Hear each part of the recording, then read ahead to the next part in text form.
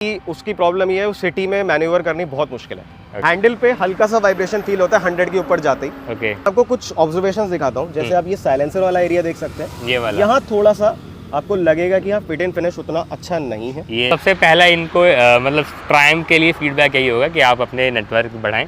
मेरी हाइट 5'4" है। ओके, आप एक तरफ आप देख सकते हैं कि मैं फ्लैट टो कर सकता हूँ। हाँ। और बजाज मुझे पता है कि कैसे पार्ट्स वगैरह बनाता है और ऑलरेडी बजाज का ओनर एक्सपीरियंस है मेरे पास। फर्स्ट सर्विस के बाद एक ही माइलेज अभी तक चेक हुई है। मुझे चाहिए था कि बाइक थोड़ी अटैकिंग भी हो और हाईवे पे कंफर्टेबल भी हो। तो होंडा CB 350 RS या हाइनस से जब आप इसकी क्वालिटी कंपेयर करोगे तो थोड़ा सा नीचे है।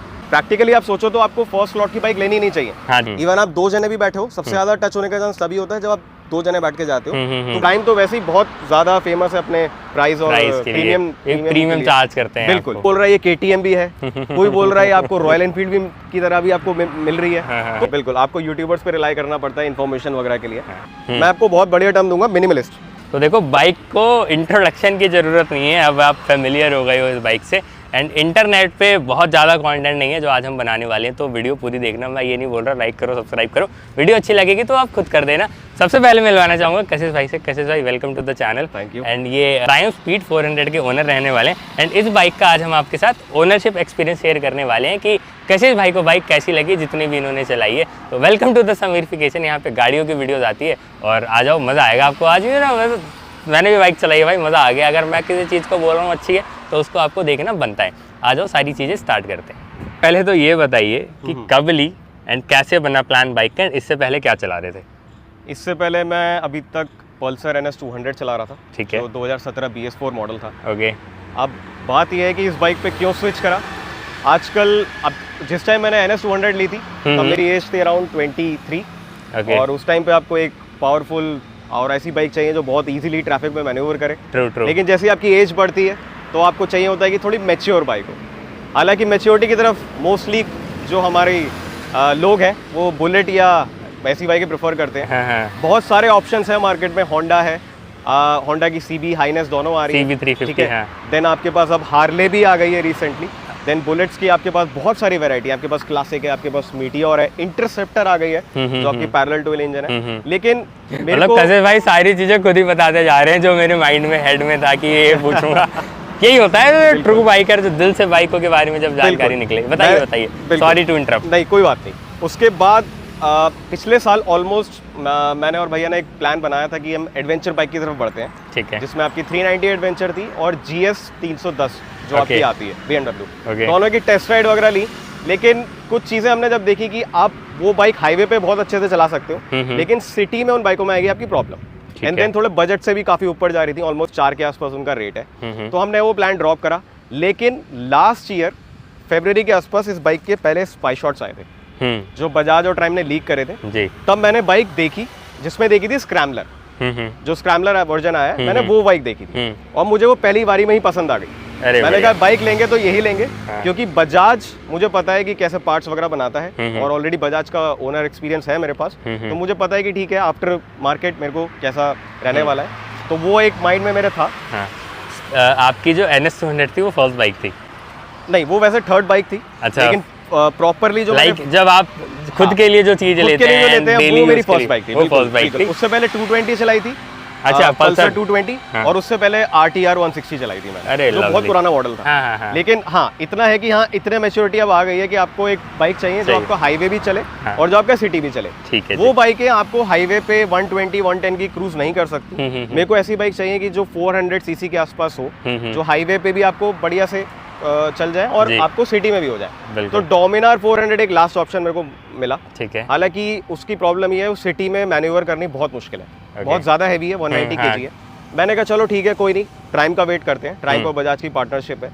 देन इस साल स्टार्टिंग में जो पता चला वो ये था कि बाइक इसी साल लॉन्च होने वाली। ठीक है। एंड और जो स्पाई इमेजेस हैं बहुत क्लियर आने लग गई। तो मेरा मन और पक्का होता चला गया कि मैं ट्राइम और बजाज ही लूंगा। अरे बढ़िया। मेरे भैया ने बोला कि नहीं इतना मत करो। मतलब आपके माइंड में वो नहीं आया यार नया प्रोडक्ट बना रहे हैं, पता नहीं कैसा निकल गया है, रिलायबल हो ना हो? बिल्कुल। वो जनरली भैया ने प्रैक्टिकली आप सोचो तो आपको फर्स्ट स्लॉट की बाइक लेनी नहीं चाहिए। हाँ जी। बहुत ज्यादा एक्सपीरियंस ऐसा रहा इंडियन बाइकिंग में कि पहले जो स्लॉट आते हैं, पहली जनरेशन जो आती है वो इतनी कामयाब नहीं होती है, बहुत कमियां निकल के आती हैं। लेकिन एक ट्रस्ट है कि आप ले सकते हो, आप जा सकते हो, तो मैंने ले ली bike. Then around I guess 27 June को इंटरनेशनल लॉन्च था यूके में, बाइक दोनों अनवील करी गई और देखते ही कि भैया ये बहुत मिनिमलिस्ट है। मैं आपको बहुत बढ़िया टर्म दूंगा, मिनिमलिस्ट। बढ़िया बढ़िया, कि एकदम सिंपल है, ना ज्यादा इसमें आपको चीजें मिलेंगी, कटिंग नहीं है केटीएम्स वगैरह की तरह, जो कि आजकल बहुत ज्यादा ओवर स्टाइल लगने लगा है। मेरा पर्सनल व्यू ये है कि वो कटिंग्स वगैरह बहुत ज्यादा ओवर स्टाइल हो जाती है। देन मैंने कहा कि ठीक है, प्लेन सिंपल लुक है, मैच्योर लुक है बाइक का, जो मुझे चाहिए था। लेकिन जो बाइक है, अच्छा तब तक रिव्यूज वगैरह नहीं आए थे, किसी भी यूट्यूबर ने नहीं चलाई थी, ठीक है। आप जनरली यूट्यूबर्स पे ही रिलाई करते हैं। आजकल तो ये हो गया है कि भाई कुछ भी लेना है आप बिल्कुल बिल्कुल आपको यूट्यूबर्स पे रिलाई करना पड़ता है इन्फॉर्मेशन वगैरह के लिए। मैंने कहा 400 सीसी बाइक है, BMW और KTM जैसी बाइकें भी 3 लाख के आसपास ही आती हैं एक शोरूम। इसका भी अराउंड 3 लाख ही रहेगा, इससे ज्यादा कम तो नहीं कर पाएंगे। और ट्राइम तो वैसे ही बहुत ज्यादा फेमस है अपने प्राइस और प्रीमियम चार्ज करते हैं बिल्कुल। लेकिन जिस दिन प्राइस इंट्रोड्यूस हुआ 5 जुलाई को आई गेस, मैं शॉक था कि 2,23,000 रुपए में ऐसी बाइक आपको मिल सकती है। कुछ तो कैच होगा अभी भी। एग्जैक्टली। देन आई गेस एक आ जाएगा पॉइंट आपके माइंड में एकदम नेचुरली कि ऐसा क्या कर रहे हैं जो इतनी सस्ती है। बिल्कुल। और एक डाउट आता है सबके दिमाग में कि बजाज बना रही है तो बजाज की फिट एंड फिनिश इतनी अच्छी नहीं है और छोटी छोटी बहुत सारी चीजें हैं। तो मैंने कहा चलो वेट करते हैं 2-3 दिन, एंड देन उसके बाद यूट्यूबर्स के रिव्यूज आने स्टार्ट हो गए। तो जो सबसे पहले चीज मैंने देखी कि ये बाइक कितने आरपीएम पे कितना स्पीड मेंटेन कर सकती है, जो मेरा प्लस जो मेरे को मेन है। किनके वीडियो देखी थी आपने? मैंने कम से कम 4 या 5 वीडियो देखे थे। ये क्रूजिंग आरपीएम वाली? बिल्कुल। मैंने शिराज भाई का वीडियो देखा, मैंने डीनो और 1-2 यूट्यूबर्स और हैं जिनके मैंने वीडियोस देखे थे, और सबका धीरे धीरे यही रिव्यू आया कि बाइक की ट्रैक्टेबिलिटी बहुत प्यारी है, जो लो एंड टॉर्क है वो बहुत प्यारा बनाती है, देन हाई स्पीड भी है। तो मिक्स रिव्यूज आ रहे हैं, कोई बोल रहा है ये KTM भी है, कोई बोल रहा है आपको रॉयल एनफील्ड भी की तरह भी आपको मिल रही है। तो बहुत सारे मिक्स चीजें थी। तो एक चीज मुझे समझ आई कि बाइक ना एक अलग कैटेगरी की प्रोडक्ट बनाया गया है। 10 जुलाई को मैंने ये बुक कर दी। मैंने घर में नहीं बताया, मैंने बुक कर दी। और बुक करने के बाद, अच्छा बुक करने से पहले 2 बाइकें थी मेरे दिमाग में, या तो मैं स्क्रैम्बलर लूं या तो मैं ये लूं जो स्पीड 400 है। पहले मन पूरा स्क्रैम्बलर पे था। स्क्रैम्बलर ट्राइम की ही स्क्रैम्बलर। एग्जैक्टली, ट्राइम की स्क्रैम्बलर 400, क्योंकि मेरे को जो ट्राइम की 1200 स्क्रैम्बलर 1200 है और जो 900 है वो मुझे बहुत अच्छी लगती है। उससे काफी इंस्पायरिंग लुक भी है इनका। वही बिल्कुल एग्जैक्टली, ये बिल्कुल उन्हीं पे ही लाइन पे बनाई है। तो मेरे को लगा कि ठीक है वही ली जाए।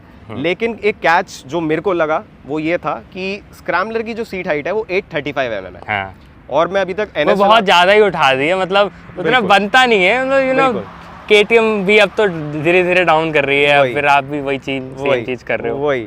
अब इससे पहले मैंने जो इतनी सीट हाइट्स की बाइक चलाई है वो मैंने एडवेंचर 390 चलाई थी, जिसको संभालना मेरे लिए थोड़ा सा डिफिकल्ट था। जब पता चला कि इसकी सीट हाइट 790 mm है, तो मैंने कहा मैं ऑलरेडी 800 mm पे बाइक चला रहा हूँ, NS 200 की सीट हाइट 800 mm है। 800 तो मेरे को लगा कि ये तो मैं इजीली मैनेज कर लूंगा, कोई प्रॉब्लम नहीं है। लेकिन 835 विल बी वेरी डिफिकल्ट।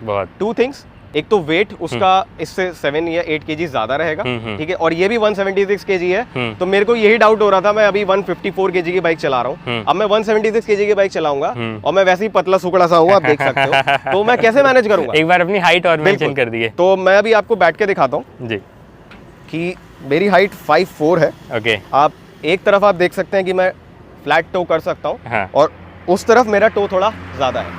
ये मैं आपको दिखा देता हूँ नीचे से भी कि कितने पैर लग रहे हैं कशिश भाई के। लेकिन ये है कि आपको प्रॉब्लम नहीं है। नहीं, बिल्कुल प्रॉब्लम कोई भी अगर इस हाइट का होगा उनको प्रॉब्लम नहीं है, बिल्कुल नहीं।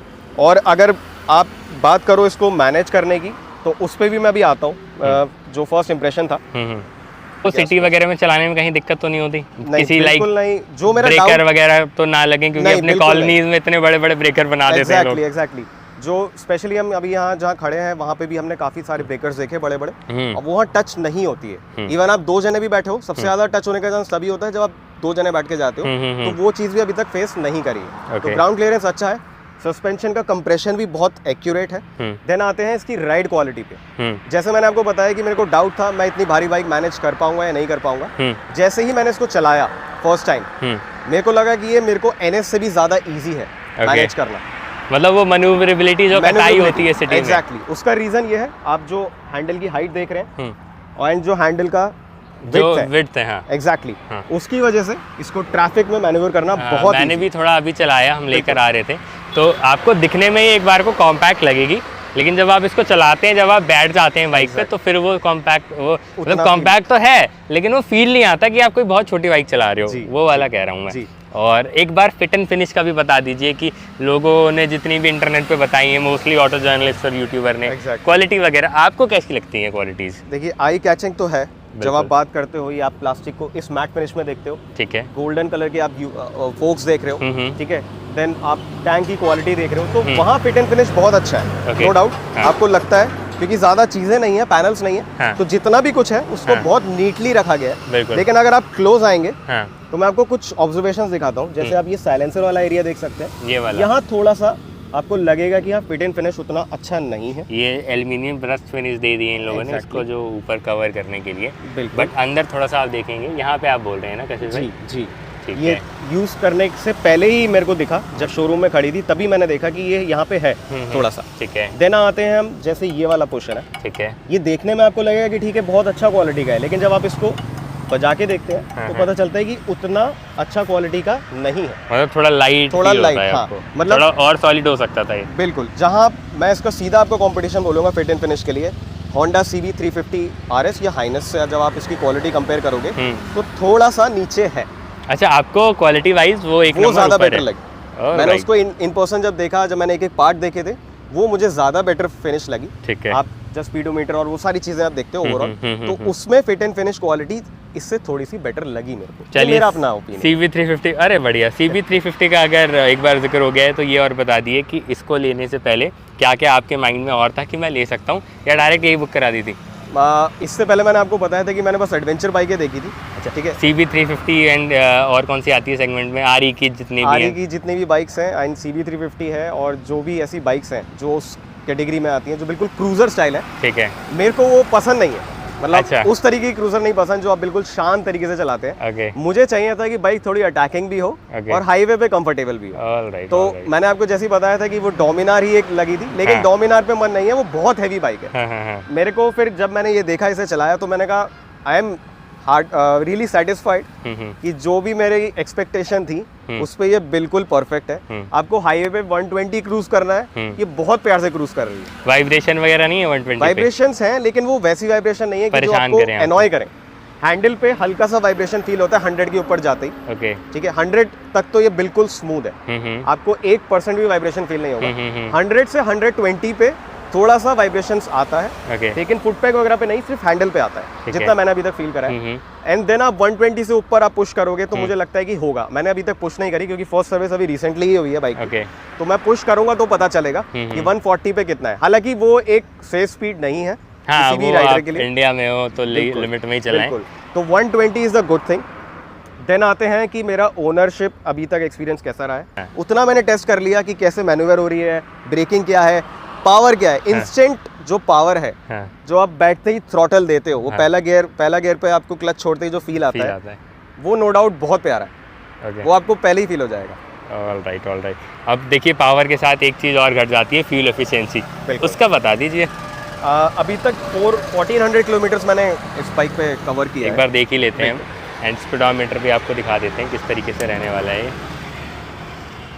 यहाँ से ये स्विच आपका टॉगल होता है, तो ये है 1447 जो बाइक मैं चला चुका हूँ। इसमें मैंने 3 या 4 और टैंक फुल कराया है, और अभी तक जो मेरी कैलकुलेशन के हिसाब से रहा है, फर्स्ट सर्विस के बाद एक ही माइलेज अभी तक चेक हुई है, उसमें मेरे को 29 का मिला आफ्टर फर्स्ट सर्विस। उससे पहले 27, 28, तो मैं ऑन एन एवरेज अराउंड 1-2 ऊपर नीचे रहा है 28। और अभी तक मोस्टली मेरी सिटी राइडिंग ही रही है। ज़्यादा से ज़्यादा दिल्ली टू गुड़गांव मैंने 2-3 दिन कंटिन्यूस चलाया था, तो उसको मैं थोड़ा मिक्स मान सकता हूँ, हाईवे और सिटी का। तो परफॉर्मेंस और माइलेज दोनों तो आपको 25 से 30 के बीच में ये दे देगी। बिल्कुल। एंड फिर वो ये डिपेंड करता है बाइक जितनी पुरानी होगी, एंड फिर आप चला कैसे रहे हैं, आप कैसे रहते हैं थ्रॉटल पे। बिल्कुल। इवन मुझे लगता है जो बहुत मैच्योर राइडर्स होते हैं, जो 70-80 पे ही बाइक चलाते हैं, उनको शायद 32-33 भी दे जाए। ये मेरी मतलब एक प्रेडिक्शन है, हो सकता है नहीं भी हो, बट लेट्स सी, वो भी मैं टेस्ट करूंगा आगे जाके धीरे धीरे। हाँ वही है, जैसे जैसे बाइक के आप टाइम गुजारते हैं तो ज़्यादा से ज़्यादा चीज़ें पता चल जाती हैं। तो ओवरऑल अब इसको सम अप करते हैं, क्योंकि हमने काफ़ी लंबी वीडियो बना दी है एंड हम कोशिश करेंगे कि अगर इस पर अच्छा हमें रिस्पॉन्स मिला एंड जो भाइयों के सवाल हैं तो एक इसका सेकेंड पार्ट बना देंगे कि उसमें फिर हम फ्रीक्वेंटली आज जो क्वेश्चन आएंगे हमारे पास उसके ऊपर बात करेंगे। तो आप अगर कोई स्पीड 400 लेने जा रहा है, बुक कराना चाह रहा है, तो आपका उसके लिए फिर कोई मैसेज या कोई कमेंट हो कि हाँ आप इन चीज़ों का ख्याल रखें लेने से पहले। और जो चाहते हैं कि ये बाइक आप थोड़ा सा सर्विस का भी एक्सपीरियंस बता दीजिएगा। बिल्कुल, मैं सर्विस का भी एक्सपीरियंस आपको बताता हूँ। तो पहली बात तो आपको ज़्यादा चेस करना पड़ेगा। आप ये मत उम्मीद करिएगा कि सर्विस सेंटर वाले आपको बार बार बताएंगे चीज़ें, आपको उनको पिन करना पड़ेगा। आपको उनको पिन करना पड़ेगा, आपको उनको फ़ोन कर करके फॉलोअप्स लेने पड़ेंगे कि बाइक कब आएगी, पेमेंट का क्या ऑप्शन है, और ये सारी छोटी छोटी चीज़ें आप ही को करनी पड़ेंगी। ठीक है, जितना मेरा एक्सपीरियंस रहा है। ठीक है। देन सर्विस की बात करते हैं तो सर्विस एक्सपीरियंस अच्छा ही रहा। हालांकि मुझे लगता नहीं है कि फर्स्ट सर्विस में इतना काम होता है, सिर्फ ऑयल चेंज होता है, फिल्टर चेंज होते हैं और वॉशिंग होती है। उसमें टाइम लगता है वहाँ पे। जो नारायणा वाला अभी एक ही शायद सर्विस सेंटर अवेलेबल है। ये वही है ना, इनका क्या नाम है जो गुड़गांव में वन टाइम, वही दिल्ली में भी है। दिल्ली में उन्हीं का ही ब्रांच खुला है नारायणा में। अब वो वापस से गुड़गांव में एक और खोल रहे हैं, लोकेशन चेंज हो गई है। अच्छा। गुड़गांव वाली दूसरी, दिल्ली में एक ही ट्रायम्फ है जो इन्हीं का है। बिल्कुल, अभी दिल्ली एनसीआर नोएडा में एक भी नहीं है। अभी दिल्ली एनसीआर में एक ही था। ठीक है। अभी नोएडा में खुल रहा है, आई गेस सेक्टर 62 के आसपास ही कहीं है, मेरे को कंफर्म लोकेशन नहीं पता। और गुड़गांव में इन्हीं का ही एक और ब्रांच खुल रहा है। ठीक है। जो नारायणा वाला है। ओके। तो आपको पेशेंटली 5 घंटे चाहिए एक फर्स्ट सर्विस के लिए। ये मेरा लगा लें कि आपका दिन जाने वाला है पूरा। आपका दिन जाने वाला है, क्योंकि एक तो आपको ट्रैवल करना पड़ेगा नारायणा तक एंड देन आपको वहाँ पे। अभी ये लोग भी काफ़ी लोगों ने चेंजेस करे अपने शोरूम वगैरह। तो सबसे पहला इनको मतलब ट्रायम्फ के लिए फीडबैक यही होगा कि आप अपने नेटवर्क बढ़ाएं, ताकि आपके जो सेल्स हैं उसमें भी इंप्रूवमेंट मिलेंगे एंड कस्टमर को भी दिक्कत नहीं आएंगी सर्विस कराने के लिए। एंड आई थिंक हमने मोस्टली चीज़ें कवर कर ली हैं। बाकी अगर और आपके सवाल हैं तो आप नीचे कमेंट करके पूछ सकते हैं, हम उनको जवाब देने की कोशिश करेंगे। एंड अगर आपको किसी भाई से कोई ऐसे एकदम ही पूछ रहे हैं तो इंस्टाग्राम मेंशन कर दूँगा। आप बिल्कुल इंस्टाग्राम आपको स्क्रीन पे मिल जाएगा, आप इनसे मैसेज करके पूछ सकते हैं, क्योंकि बाइक ये ज़्यादा चला रहे हैं तो ये ज़्यादा डिटेल में आपको बता पाएंगे। एंड और अगर आपको कोई ओनरशिप वीडियो देखनी है या आपके पास भी कोई बाइक है जिसका आप चाह रहे हैं एक्सपीरियंस शेयर करना, नीचे लिंक पर क्लिक करके आप हमें बता सकते हैं। एंड मिलते हैं आपसे जल्दी किसी और नए वीडियो में। Thank you so much.